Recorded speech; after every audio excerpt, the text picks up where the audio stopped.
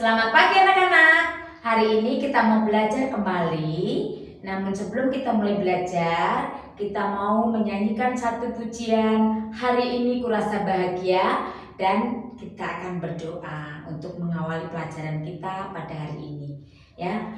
Hari ini kurasa bahagia berkumpul bersama saudara seiman. Tuhan Yesus telah satukan kita tanpa memandang di antara kita. Bergandengan tangan dalam kasih, dalam satu hati, berjalan dalam terang kasih Tuhan. Kau sahabatku, kau saudaraku, tiada yang dapat memisahkan kita. Oh, kau sahabatku, kau saudaraku, tiada yang dapat memisahkan kita. Lipat tangan, tutup mata, kita berdoa. Bapa yang di surga, kami mengucap syukur pada hari ini. Kami mau belajar, Tuhan pimpin dan sertai kami, agar kami boleh menjadi anak-anak yang memiliki hidup rukun. Dan kami boleh belajar untuk hidup rukun di antara satu dengan yang lainnya. Hanya kepadamu Yesus, kami bersyukur dan berdoa. Amin. Kita mau belajar pada bab 11 tentang rukun dan damai di lingkungan kita. Nah, rukun, masih ingat apa arti kata rukun? Rukun adalah saling menghargai dan menghormati di antara sesama manusia. Nah, pelajaran hari ini didasari dari kitab Kejadian pasal 13 dan Keluaran pasalnya yang ke-17. Nah, ini dasar pelajaran kita hari ini. Bagian A, kita akan belajar tentang rukun itu indah. Nah, tentu anak-anak akan mengetahui dan bagaimana kita belajar rukun itu dimulai juga dari dalam keluarga kita. Nah, kalau di dalam keluarga kita tidak ada kerukunan, tentu tidak akan ada kebahagiaan. Karena apa? Dasar kerukunan itu yang akan membuat kita menjadi bahagia, sukacita di dalam rumah. Nah, di sini kita akan belajar tentang bagaimana kerukunan itu dimulai dengan kebenaran, kebaikan, ya, di dalam hati kita ataupun dengan orang lain ataupun dengan teman kita. Nah, untuk membuat orang itu senang dan bahagia tentu diawali dengan rukun satu dengan yang lainnya. Nah, untuk saling mengalah pun kita juga harus hidup rukun. Nah, pada suatu hari di sini ada cerita tentang gembala Bapak Abraham dan gembalanya Lot. Nah, Lot itu siapa? Lot adalah saudara dari Bapak Abraham. Nah, di sana mereka berebut air untuk ternak-ternak mereka, ya, untuk ternak-ternak mereka. Tetapi apa yang terjadi? Ketika Bapak Abraham mempunyai jalan keluar yang baik, ya, ia tidak ingin mereka untuk bertengkar dan tidak ingin mereka itu melakukan pertengkaran. Kenapa? Karena Abraham memerlukan, ya, ingin memutuskan untuk berpisah dengan Lot, ya, dan berkata, jika kamu ke kanan, aku akan ke kiri, ya. Jika kamu ke kanan, aku akan ke kiri. Itu yang dilakukan oleh Bapak Abraham, ya. Nah, kemudian saat itu, ya, karena Lot, ya, bukanlah seluruh di dalam kitab Kejadian 13 ayat yang ke-9 yang bunyinya, bukankah seluruh negeri ini terbuka untuk engkau? Baiklah, pisahkan dirimu daripadaku. Jika engkau ke kiri, maka aku ke kanan.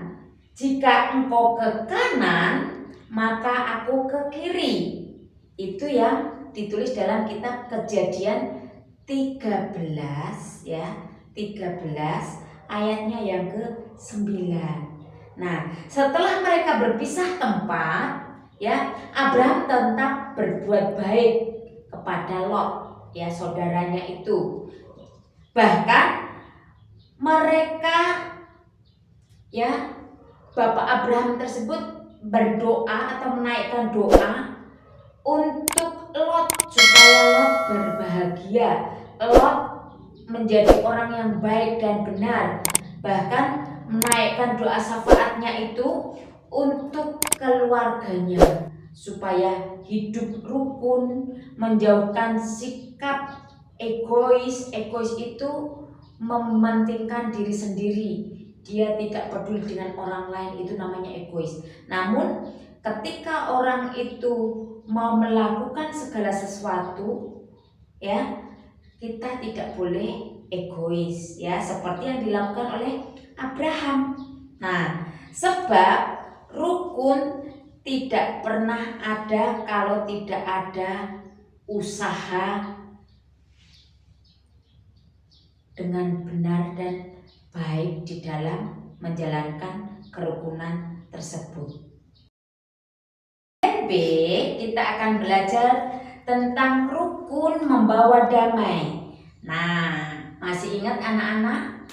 Beberapa waktu yang lalu kita belajar tentang hidup rukun, di mana isi dari lagu tadi adalah tentang rukun cinta satu sama lain. Artinya ketika kita hidup rukun itu tidak hanya dengan keluarga saja, tidak hanya dengan teman saja, tetapi dengan semua orang, supaya kita ada kedamaian, maka ada kerukunan. Nah, di sini ada contoh seorang raja yang saat itu sangat termasyhur itu terkenal, ya. Dia terkenal kaya, dia terkenal baiknya, terkenal tampannya, dia sangat kaya raya, berlimpah hartanya.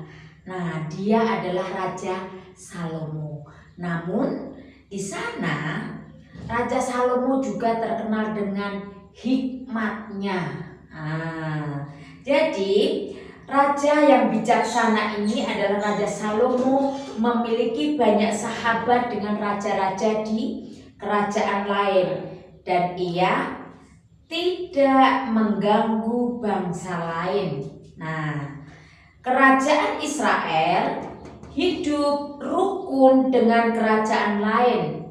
Itu sebabnya kerajaan Israel hidup damai satu dengan yang lainnya. Nah, untuk mencapai puncak kejayaannya pada masa Raja Salomo, dia rukun dengan kerajaan-kerajaan lain. Bagian C, kita belajar menjaga kerukunan. Di sini ada contoh teman kita bernama Sally dan Stella. Sally dan Stella ini mereka kakak beradik, dan mereka memiliki seekor anjing yang bernama Coklat. Nah, mereka saling berbagi tugas untuk membersihkan atau memandikan atau memberi makan anjingnya. Nah, baik Sally maupun Stella. Saat itu ayah dan ibunya memperhatikan dengan baik dan seksama. Nah, ketika diperhatikan, ayah dan ibunya berbicara bahwa anak kita sangat rukun ya Bu, karena mereka berbagi tugas, mereka saling menjaga satu sama yang lainnya, sehingga terbentuk atau ada ikatan yang baik antara kakak dan adiknya, sehingga tidak terjadi pertengkaran. Sekalipun ada pertengkaran antara kakak dan adik atau Stella, maka mereka akan saling segera meminta maaf dan memaafkan satu dengan yang lainnya. Nah, lingkungan adalah, bagaimana kita akan hidup rukun di lingkungan kita. Nah, hidup rukun di lingkungan kita harus menjaga ketertiban lingkungan, menjaga kebersihan lingkungan. Itu adalah salah satu contoh bagaimana terus kita menjaga ketenangan supaya kita tidak dimarahin atau dimaki-maki atau diolok-olok oleh tetangga kita karena kita tidak bisa menjaga ketenangan. Maka di dalam kerukunan kita juga penting sekali untuk menjaga ketenangan, tidak membuat keributan, tidak membuat pertengkaran. Nah, kita tinggal di lingkungan di mana kita berada. Kalau di sekitar lingkungan rumah kita, ya, itu ada orang-orang yang dekat dengan kita, rumah-rumah yang ada di sekitar kita, itu disebut tetangga, yaitu orang-orang yang tinggalnya di sekitar lingkungan rumah kita, itu tetangga. Namun kalau lingkungan itu artinya tempat kita bertemu dengan orang-orang yang tidak kita kenal atau orang yang tidak sekeluarga dengan kita, itulah lingkungan di mana kita berada. Nah, maka ketika kita tinggal di lingkungan tersebut, maka kita harus menjaga kerukunan dengan baik.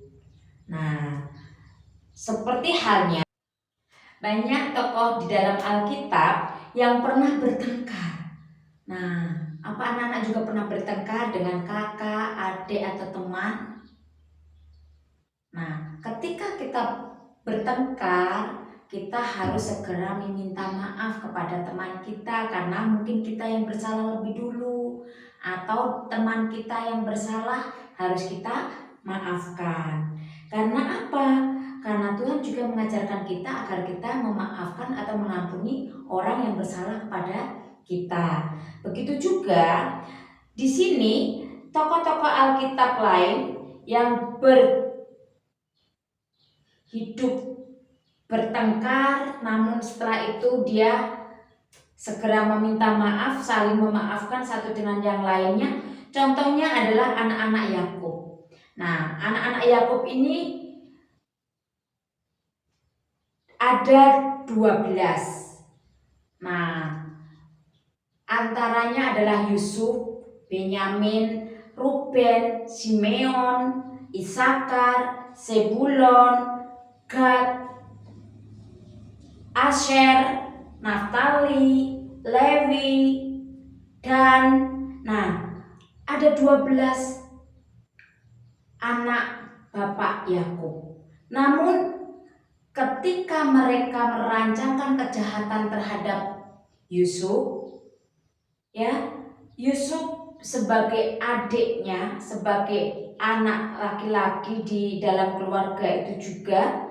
Jadi pada waktu mereka bertemu lagi, Yusuf tidak menaruh dendam kepada saudara-saudaranya, tetapi Yusuf memaafkan kesalahan kakaknya, ya, kejahatan kakaknya. Karena apa? Karena Yusuf yang sudah dijual, diperlakukan tidak baik sama kakaknya, tetapi dia tetap memberi maaf atau memaafkan tetap menaruh kasih kepada kakak-kakaknya. Nah, ketika Yusuf sudah menjadi seorang penguasa di Mesir,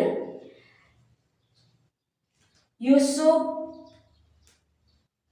juga memberikan kakak-kakaknya makanan, juga memberikan tempat tinggal, dan akhirnya seluruh keluarganya disuruh tinggal di Mesir, di tanah yang subur, dan bahkan mereka saling mengampuni satu dengan yang lainnya. Dan mereka tinggal hidup rukun di tanah Goshen, ya, di Mesir, di mana Yusuf yang sudah menjaga agar mereka semua tetap hidup rukun. Bagaimana kita akan menjaga kerukunan? Seperti yang ada di dalam kitab Matius pasal 5 ayat yang 9 yang bunyinya, berbahagialah orang yang membawa damai, karena mereka akan disebut anak-anak Allah. Nah, dan kedamaian hanya ada di antara orang-orang yang mau hidup rukun dengan orang lain. Sudahkah itu ada pada diri kita, pada anak-anak, supaya kita hidup rukun satu dengan yang lainnya? Nah, kita akan mengakhiri pelajaran kita hari ini. Lipat tangan, tutup mata, kita berdoa. Bapa yang di surga, kami ucap syukur untuk hari ini kami sudah belajar. Pimpin dan sertai kami Tuhan, agar kami boleh menjadi anak-anak yang berhasil, anak-anak yang memiliki kehidupan rukun di antara satu dengan yang lainnya, saling memaafkan ketika kami melakukan kesalahan, ketika kami bertengkar dengan saudara, dengan teman maupun orang lain. Kami serahkan Tuhan semuanya ke tangan kuasa-Mu. Di dalam nama Yesus kami bersyukur dan berdoa. Amin.